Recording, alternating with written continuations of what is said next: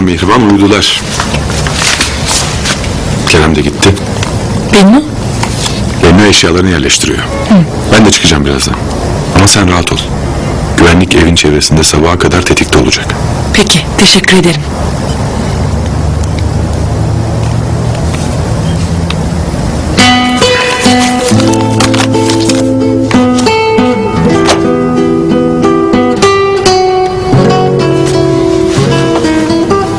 Onur Bey, lütfen. Binbir Gece masallarını ilk okuduğumda 12 yaşındaydım.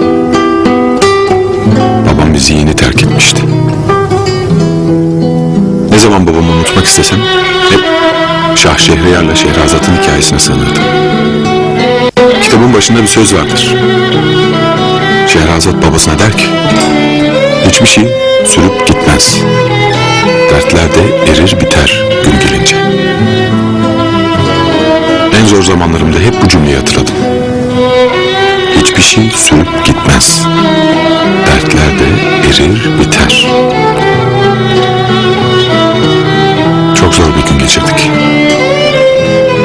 Sana bunu yapanların yanına bırakacağımı düşünme sakın. Hı?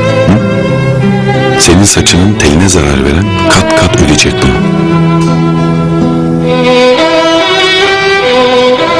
Senin için hayat bundan sonra eskisi gibi olmayacak. Bu çektiğin son acı olacak. Söz veriyorum sana.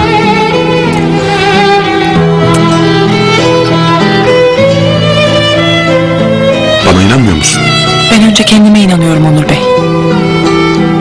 Çok şeyin üstesinden geldim, tek başıma. Tamam. Ben de sana artık yalnız olmayacaksın demek istiyorum.